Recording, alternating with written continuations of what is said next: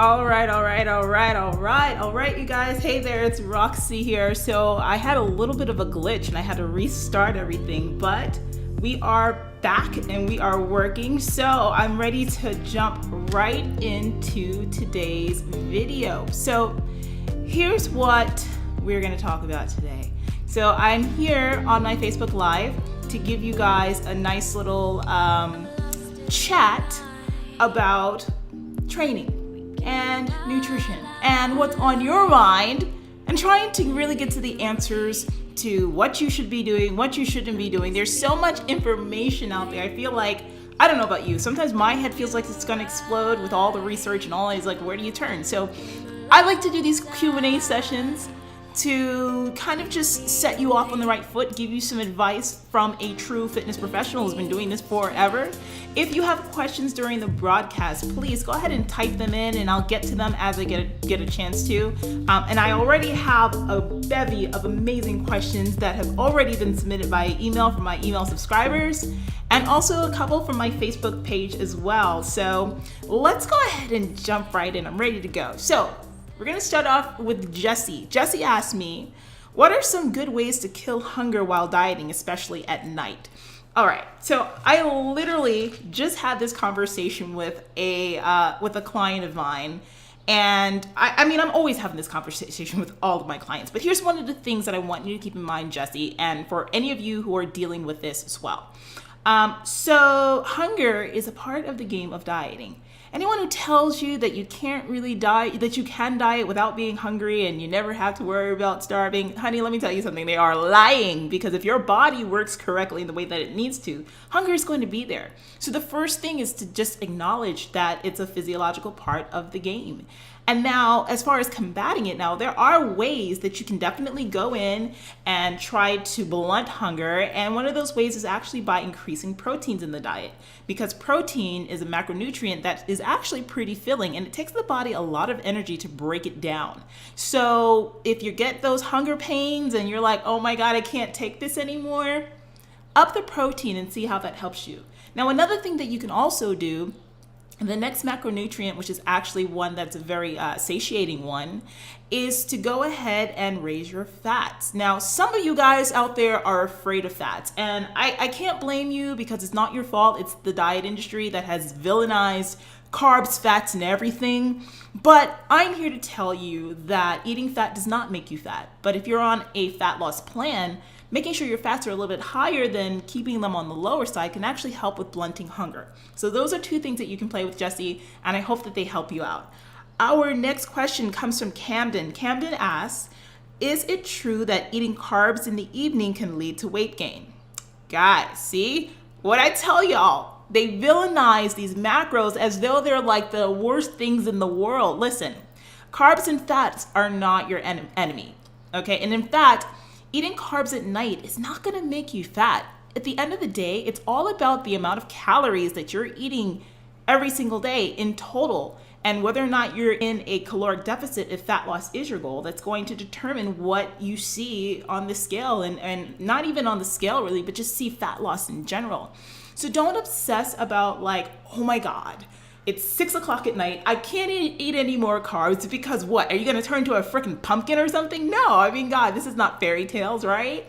So you can have those things, but it's gonna be all about having it in moderation and in a way that makes sense and in a way that like works with your diet and with your body. Now, having said all that, there are some people who just, who are maybe a little bit more insulin resistant and they don't really process carbohydrates very well, just physiologically speaking. In that case, you might need to look at your overall diet and maybe follow a lower carb, type of setup. I don't know you personally, Camden, so I can't really tell you, but that's one of the things that you might want to keep in mind, but that's not even the majority of people. So carbs at night does not make you fat. It's all about the overall picture and everything that you got going on, okay? Let's look at the next question. Our next question comes from Derry. Derry asks, I have a hard time getting in my daily water. What are some ways I can get closer to a gallon or more a day? And does it have to all be from water?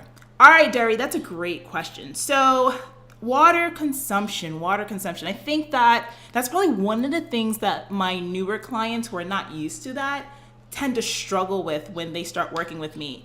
And water is an important aspect of any plan, whether you're looking for fat loss, whether you're looking to put on some muscle, whether you're looking to maintain or increase performance. Hydration levels are really important. Another thing about hydration is that it helps to blunt hunger. For those of you who asked about that, I think Jessie asked us about that in our first question. So water is important. So I'm glad that you realize that. So how do you get it in? I have a trick. I don't have my water bottle with me.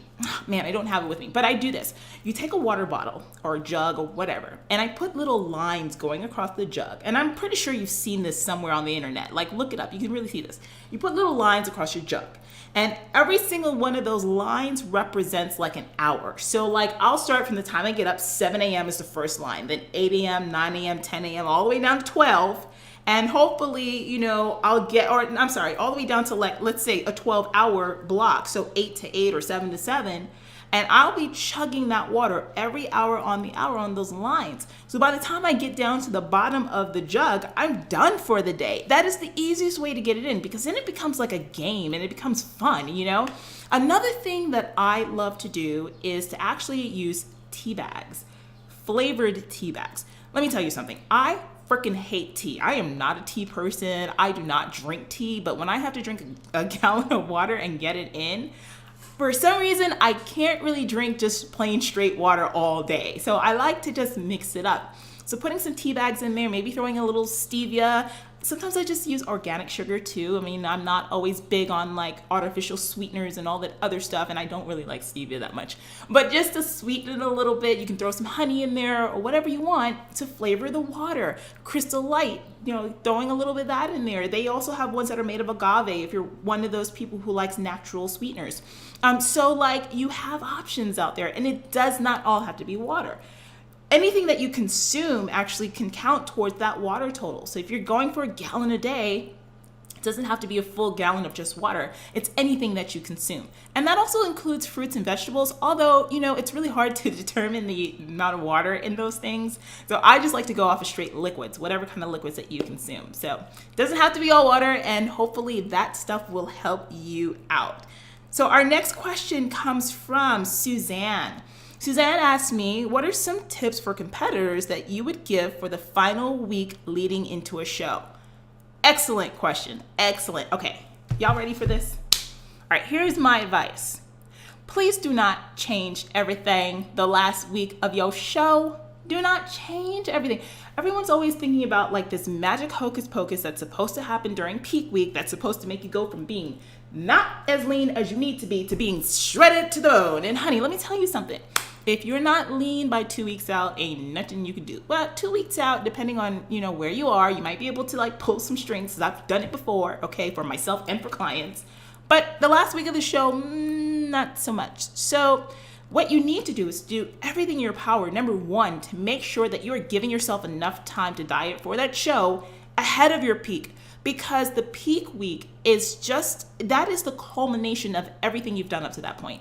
That is the culmination of all those weeks of cardio, training, dieting, up to that point that you're trying to fine tune to this perfect physique on the stage. So there's really, by the time you get to that last week, you should be coasting in. Now, for me, what I like to do, and I do this with every single client that I work with, I'm really a big proponent for carb cycling.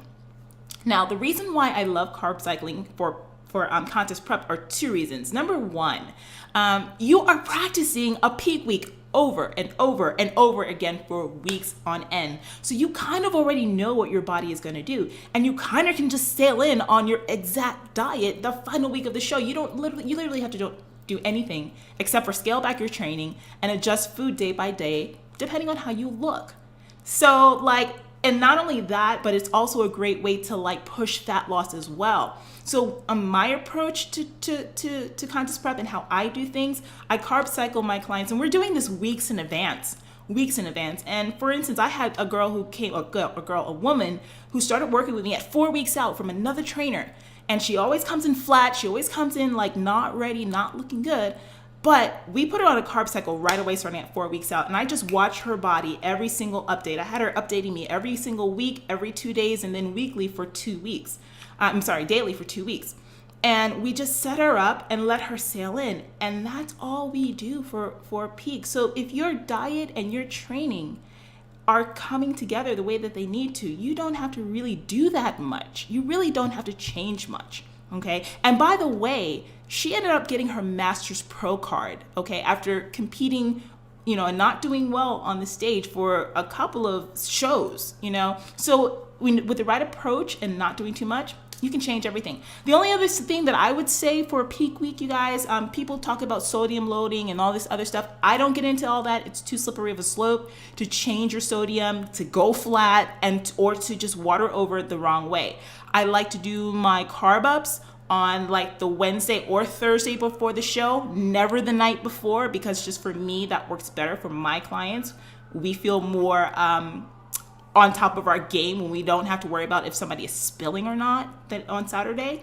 And then just keeping water super high, 2.5 gallons a day. That will flush you out rather than trying to dehydrate yourself down to nothing and then holding water or going flat. So I spent a lot of time on that question because I'm very passionate about contest prep and I'm very passionate about peak week. So hopefully that answered some stuff for you. But basically, girl, you don't want to do too much going into that show. Just be smart. Our next question is from Brittany. Brittany asks, I'm thinking about doing a bikini show in the near future, but I'm unsure of how to train for it. Some folks say to keep lifting heavy. Others say to only use light weights and mostly focus on the legs. What's your advice? Oh gosh, very good question. Girl, let me tell you something. I actually had a client ask me a similar question. Not the same, but it's kind of in the same vein. So I'm really glad that you sent this in. Okay, bikini girls. Listen up here, okay? You guys still have to train hard in order to get ready to get on a stage, okay? Like, I don't know where this thing, okay, there's a stigma about bikini, like, oh, it's really nothing. You don't really have to train. You just have to diet and get on a stage. Honey, do you see what these girls are packing on stage? I mean, bikini girls have some muscle and they are athletic and they are bringing the leanness this season. So in order for you to get up on that stage, to have that muscularity and that shape that attracts the judges' eyes and will get you seen and get you noticed, you've got to train. You've got to train heavy and you've got to train hard. But here's the thing. Heavy is a relative term. Now, just because I'm saying heavy, it doesn't mean that you're going to be hanging out in the 1 to 5 rep range on every single exercise you do. No, I mean, heavy, you can train heavy and be from 8 to 10 repetitions or 10 to 12 or 15 to 20 or all the way up to 30. As long as it's challenging you and you feel like you're really pushing yourself, then you know that you're doing a great job of keeping the muscle that you need to keep on and the shape you need to have in order to do well on that stage. And that's what it's all about. Now, training over different rep ranges is also very important. There isn't a bikini rep range. It's like you don't have to do everything at 15 to 20 to 30 to 50 reps just because you're training for bikini. No, that's not the way to go. You want smart program design at the end of the day, always. But you should definitely be training heavy and you should definitely be training in a way to keep muscle on and to keep your shape as you're coming down, because you don't want to look stringy and you don't want to look too small. And if you start training the wrong ways, that's exactly what's going to happen to you on stage. So keep it heavy, girl. Keep that challenge going. Just because you are bikini, that division does derive out of bodybuilding. And case in point, guys, every single division from bikini to figure to physique comes out of women's bodybuilding. So know the sport. The next question that we have comes from Mark. Mark asks, is dairy okay to eat when you're focusing on fat loss? There's conflicting information out there and I'd love for you to set the record straight. Thanks. Hey Mark, thanks for that question. Actually, okay, guys, here's the thing. Science actually has an answer for you. Okay, everybody's saying like, oh, you can't eat dairy, you can't drink milk, you can't eat yogurt, you're gonna get fat, or you're not gonna lose any fat. You're gonna just stay fat, you're gonna be soft fat. Honey, let me tell you something. That's not even true. Here's the thing. There's a study that came out, I forgot what year it is, but it's a very well-known study, and I can actually go back and put it in the link for you guys, the link up here somewhere for you guys to read, maybe in the description of this video later on. But there's a study that said that calcium and vitamin D actually aid in fat loss when they put it into a into a test with, double blind, and it was like, they had the placebo group and all this other stuff. Like, it was a true, real study. And it said that it did not hinder any fat loss for those who were given the dairy products. So you guys, having calcium, having vitamin D, having dairy products is not the thing that's hindering you from fat loss. Now, if you have an allergy, you're lactose intolerant, there's something wrong with you when you drink the milk stuff, don't take it. You don't need it. Is it necessary? Not a necessary part of the game. But if you're someone who likes that stuff, then you can keep it in. Again, guys, it's about the quality of your diet. Essentially, it's about the amount of calories that you've got coming in to a great degree and whether or not you are staying at a caloric deficit for your body. That's what's going to dictate fat loss at the end of the day. In fact, there's all these diets out there, like, you got the low fat diet, you got the high carb diet, you got the paleo diet, you got this diet and a keto diet. Everybody wants to talk about their diet being like this holy grail thing. And the truth is that's bullshit. Okay, I'm just gonna say it like that. It's bullshit, because at the end of the day, it's about what works for you. There's another study that's out there that says that all of these diets, no matter what the heck it's made out of, or this macro, that macro, as long as they are in a caloric deficit, you're still going to see progress and change. So why are we still debating all this stuff? You know what I mean? Especially you fitness professionals out there. Oh, excuse me. Wait, let me go back. Especially you fitness professional, Insta coaches, Insta fitness people out there spreading all this bullshit, and you know what the science says, or maybe you don't, but I'm telling y'all, look, do your research. The rest of y'all do your research and know. I'm going off on this tangent again, but I'm telling you, this is like what's stumping a lot of people. It doesn't matter what diet you follow, as long as you remain in a caloric deficit and it works for your lifestyle, you're gonna be fine. So dairy on your plan, man. If you like that, go on and have it. Personally, I love Greek yogurt. I have clients that have dieted down to like shredded to the bone, and they've had Greek yogurt on their plan. So if it works for you, then go ahead and keep it in. Just do what works. All right. Our next question comes from Bernadette. Bernadette asks me, how do I lose the fat in my belly? My nutrition is on point, but this fat around my belly ain't going nowhere. Girl, hey, first of all, hey, Bernadette. She was in my inner circle at one point. And so, all right, so Bernadette, there are a couple of things I can answer a little bit more personally with this question, just because I know you. But just to answer generally, just to go back, for those of you who are having trouble with the, certain parts of your body not getting leaner and everything else, here's the thing. Some of you guys might carry, I had to think about this for a minute. I'm sorry, I got caught up in my brain. I was like, wait, what do I want to say? Okay, so for some people, first of all, let's just say this. Bernadette is kind of lean already, and for her, she tends to carry her body fat in her midsection. And for some of you guys out there, you carry your fat in your midsection, okay? And that's just going to be one of the last places to go. So honey, for you, Bernadette, you've just got to keep on going, okay? So you've got to keep pushing to see those changes. Now, that's out of the way. Let's go back for some of you guys who just are not seeing changes in your abs, period. A lot of you guys, that is diet, because abs are quote unquote cliche, made in the kitchen, okay? Abs are made in the kitchen through your nutrition. And the reason why you can't see your six pack is because you need to drop some fat. You need to just go ahead and diet a little bit harder and change things up until you're seeing that definition pop out. And it's all because of your diet, not even because of the amount of sit-ups you do, not even because of the amount of planking you do, because guess what? I don't do a dang sit-up that often, okay? I've been doing it a little bit, actually more and more, because I'm working on an ab program to share with you guys that have this specific issue.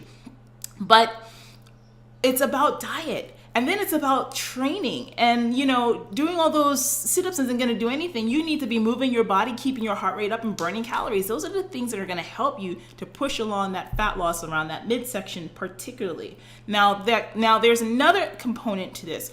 For women especially, as we get older, our hormones change, okay? And one of the things that happens with us as women is that we go through menopause at a certain age, okay? And let me tell you, that is some hard stuff to deal with, because as your estrogen levels are actually falling because of, menopause, you're going to start to see your body weight and how you hold things shift a little bit for some of you guys. So if you tend to hold, let's say in the past, you might have hold that weight in your hips and your thighs, and all of a sudden you see it in the belly, that could be part of the problem. You know what I mean? Your hormones have so much of an impact on what your body does and how it looks that it would help for some of you guys to actually check out your levels to make sure that everything is okay. Because if things are out of line and you're not seeing progress and you're doing everything you should be doing, you've got to look at the underlying factors that may be stopping you. So go ahead and get a blood panel test.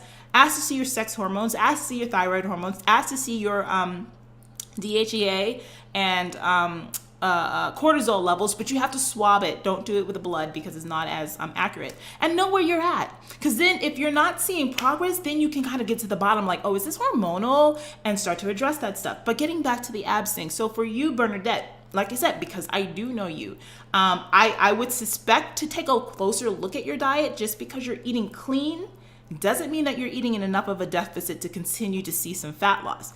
Now, and I also know about you that you're already a pretty lean individual. So for you, you might hold your body fat in that area, and you're just gonna have to keep pushing a little bit harder to see that fat go away finally. And then, like I said, depending on your age, I don't remember how old you are, again, Bernadette, so excuse me for that. But I do say to you to check your hormonal levels. And if you're going through menopause, if you're a little bit older up there and you're actually going through that, that could be a culprit. But keep working, definitely keep working. The rest of y'all, watch your diet. I'm looking at you. I'm looking at you because you know your diet ain't right. And you sitting here taking notes on this question and you know your diet ain't right. I'm looking at you, whoever you are. So anyway, guys, I'm crazy.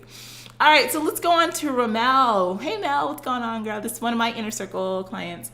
All right, Mel asked me, my question is about plant-based protein. I've heard it said before that female bodybuilders should not consume a lot of it as it tends to keep you soft. What are your thoughts? Great question, Mel. So Ramel is a vegetarian, and I've got a lot of vegetarians and vegans that I work with. And one of the things that's the hardest things for you guys, oh my God, it's like almost impossible getting your protein up and trying to keep carbs a little bit lower when we need to. Yeah, that's like a juggling act, and that's why I'm so damn good at my job, because y'all know I can do it for you. Now, that being said, the thing about plant-based proteins, and this can get some people in trouble, again, it has to do with your body and your hormonal levels and how you process things. A lot of the options that we have available on the market, unfortunately, are very soy-based products, you know, like the Beyond Meats and stuff like that, the Boca Burgers and this and that, everything is like soy-based. And for some people, they can be very sensitive to that, because you got to think that soy is actually a plant, there has a high amount of plant estrogens within it. And so you want to be careful, because if you are reactive to that and you're consuming a lot of that, you might find it a little bit harder to lose weight because it's starting to mess around with your own hormonal levels. Now, not everyone goes through that. Some people are totally fine and they don't see that any effects of this.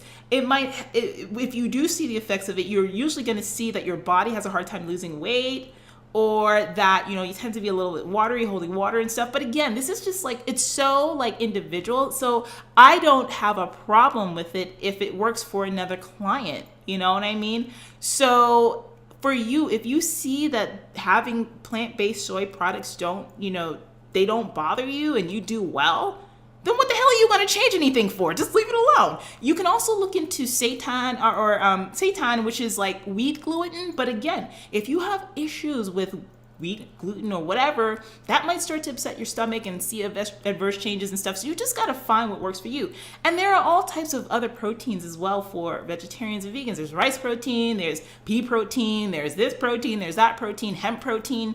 So there are other alternatives for you to make sure that you're getting in your caloric levels and your protein levels for your body. It's just about finding what works for you and not worrying about what everybody says, oh, you shouldn't do, because that's just like, not applicable in a way that makes sense, So hopefully that helped you a little bit. And yeah. So our next question, and I just lost my Q&A. Here we go. Our next question is from Galetha. Hey girl, all of these are my inner circle ones now asking me these questions that I picked up. I work out in the early morning hours and I usually don't eat. I have a BCAA drink while working out. Then I'll do 20 minutes of cardio before lifting. I usually don't have any problem finding energy to get through my workouts. However, I was wondering, for progress' sake, is it smart to be doing my workout fasted? Okay, so okay, this is gonna be like a twofold kind of answer. I'm not a big proponent for saying that, people should be working out fasted, simply because I would rather you have the energy to be able to, I gotta crack my back, to be able to do your workouts with energy, with oomph, and with focus. And sometimes, that can be a little bit hard to do when you haven't eaten anything. Another thing is that, some people like to use this as a means to losing fat. Now, I'm going to tell you what the research says, okay? Don't shoot the messenger, but the research says that a lot of that is kind of moot, basically. That fasted cardio isn't any better than fed cardio when it comes to actual fat loss. So, but if it makes you feel good to train fasted, I know I like to actually go run fasted. I just feel better. I don't like to have food in my stomach when I'm running, and it just makes me feel good. So I'll do it for that reason. And I'm not really affected by it where I'm going to pass out or feel really crappy.